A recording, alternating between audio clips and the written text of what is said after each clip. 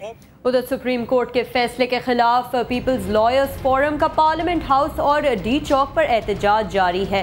इसकी मजीद क्या तफसीलात हैं, हमने राब्ता किया है अपने नुमाइंदे आसिया अंसर से। जी आसिया, बताइएगा तफसीलात। जी बिल्कुल, इस वक्त पार्लियामेंट हाउस इस्लामाबाद के सामने जो है वो शाराए दस्तूर के ऊपर पीपल्स लॉयर फोरम पंजाब का एहतजाजी धरना जारी है। अदालती फैसले के खिलाफ लॉयर्स फोरम पंजाब ने जो है वो पूरी शाराए दस्तूर से जो रास्ता पार्लियामेंट हाउस के अंदर की तरफ आता है वहाँ पर उन्होंने एहतजाजी धरना दिया हुआ है। अदालती फैसले की कॉपी को भी नजर आतिश किया है और उनका ये कहना है कि सुप्रीम कोर्ट का ये फैसला जो है वो गैर आइनी है, जानिबदार है और अदलिया के फैसले जो हैं वो पीपल्स पार्टी के खिलाफ ही आया करते हैं। उन्होंने अदलिया के इस फैसले को मुस्तरद किया है और पीपल्स पार्टी के हक में, वज़ीर आज़म यूसुफ रज़ा गिलानी के हक में शदीद नारेबाजी उनकी इस वक्त जारी है और पार्लियामेंट हाउस के सामने उनका ये एहतजाजी धरना चल रहा है। दूसरी जानिब जो अभी आपने बात की डी चौक के धरने की, तो डी चौक पर पीपल्स पार्टी के जो कारकुनान हैं उनका एहतजाजी धरना था और वहाँ से उन्होंने जजेस कॉलोनी की तरफ मार्च किया था। उनका कहना था कि वो इफ्तिखार मोहम्मद चौधरी के फैसले को जो है वो मुस्तरद करते हैं और ये काफिला, ये रैली जो है उनकी जब डी चौक से चलना शुरू हुई और जजेस कॉलोनी की तरफ जाने लगी तो रास्ते में सिक्योरिटी की वजह से जो है वो उनको रोका गया, पुलिस एहलकारों ने उनको रोका और ये एहतजाजी धरना उनका फिर इस्लामाबाद मैरियट के सामने जो है उन्होंने सड़क पर बैठ के एहतजाज किया और अदलिया के फैसले के खिलाफ नारेबाजी की।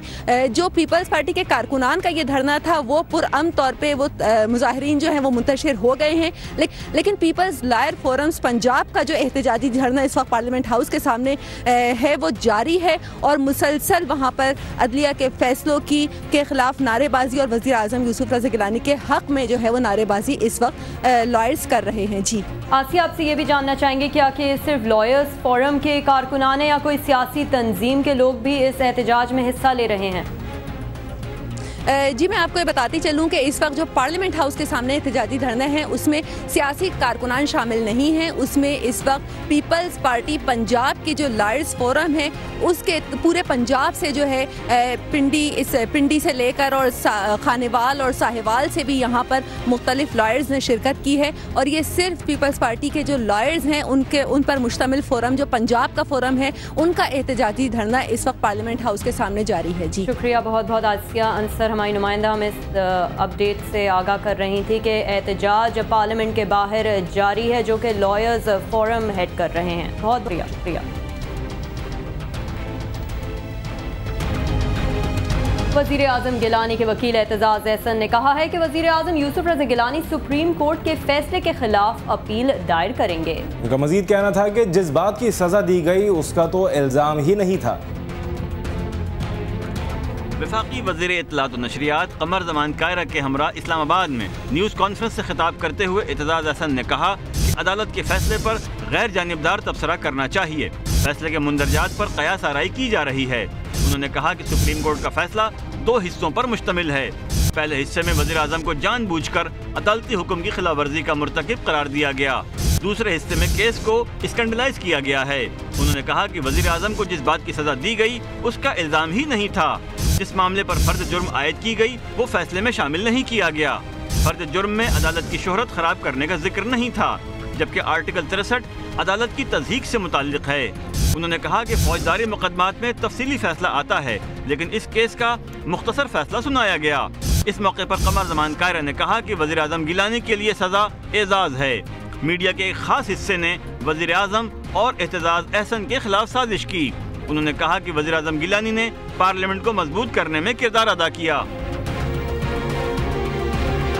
वफाकी काबीना ने अदालत से सजा याफ्ता वज़ीर आज़म सैयद यूसुफ रज़ा गिलानी से मुकम्मल यकजहती का इजहार किया है। वज़ीर आज़म ने कहा है कि मुल्क में नज़रिया ज़रूरत न होता तो आज तारीख मुख्तलिफ होती है। बिल्कुल, वज़ीर आज़म गिलानी की ज़ेर सदारत वफाकी काबीना का खुसूसी इजलास इस्लामाबाद में हुआ। इसमें सूबाई गवर्नर भी शरीक हुए। वज़ीर आज़म के इजलास में आने पर वज़रा ने डेस्क बजाकर उनका इस्तकबाल किया। वज़ीर आज़म ने खिताब में कहा कि कोयले के काम में हाथ तो काले होते ही हैं। अवामी नुमाइंदों की आखिरी अथॉरिटी स्पीकर कौमी असम्बली हैं। उन्होंने कहा कि पीपल्स पार्टी ने हमेशा आइन की पासदारी की है। मौलवी तमीज़ुद्दीन केस में नजरिया ज़रूरत ना होता तो मुल्क की तारीख मुख्तलिफ होती।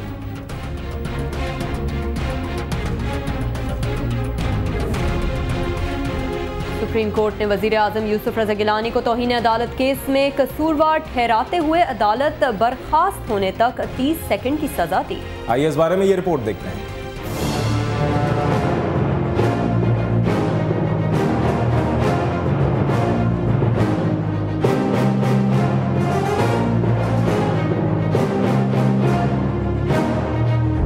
जस्टिस नासिरुल मुल्क की सरबराही में 7 रुकनी बेंच के सामने वजीर आजम तीसरी मर्तबा पेश हुए। उनके सामने जजों ने तौहीन अदालत ऑर्डिनेंस 2003 के सेक्शन 5 के तहत सजा सुनाई। अदालती फैसले में करार दिया गया कि सैयद यूसुफ रजा गिलानी वजीर आजम पाकिस्तान और इंतजामिया के सरबराह के तौर पर आइन के आर्टिकल 204(2) और तौहीन अदालत ऑर्डिनेंस 2003 के सेक्शन 3 के तहत मुजरिम करार पाए हैं। उन्होंने एनआरओ केस में अदालती फैसले के पैराग्राफ नंबर 178 पर अमल दरामद को कोई अहमियत नहीं दी, अदालती हुक्म की नाफरमानी की और जानबूझकर मजाक उड़ाया। फैसले में कहा गया कि अदालत को यकीन है कि यूसुफ रजा गिलानी का तर्ज अमल इंसाफ की फराहमी में रुकावट और अदलिया की तज़हीक है। मुजरिम के खिलाफ तौहीन अदालत की सजा के आइन के आर्टिकल 63(1)(g) के तनाजुर में संगीन नताइज बरामद हो सकते हैं। वजीर आजम को अदालत के बर्खास्त होने तक की सजा सुनाई गई, जिसका दौरानिया 30 सेकंड था। इस नौइयत के किसी मुकदमे में दी जाने वाली सजाओं में ये सबसे कम सजा है।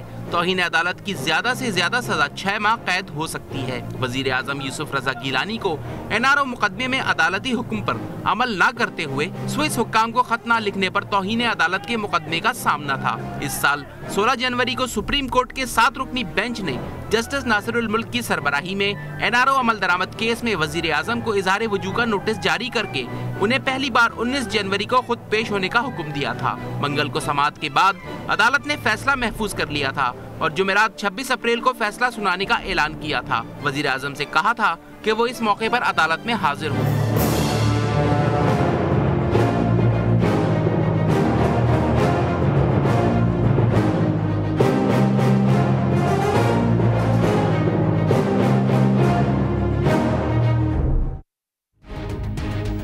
आपने वो मिसरा तो सुना ही होगा, लम्हों ने खता की थी बरसों ने सज़ा पाई है। लेकिन यह मामला कुछ उल्टा दिखाई देता है, बरसों की खता और सज़ा सिर्फ चंद लम्हों की। बिल्कुल, और अदालत ने आज अपने फैसले में आइन की शेख 63(1)(g) का भी जिक्र किया। यह आर्टिकल क्या कहता है, आइए जानते हैं।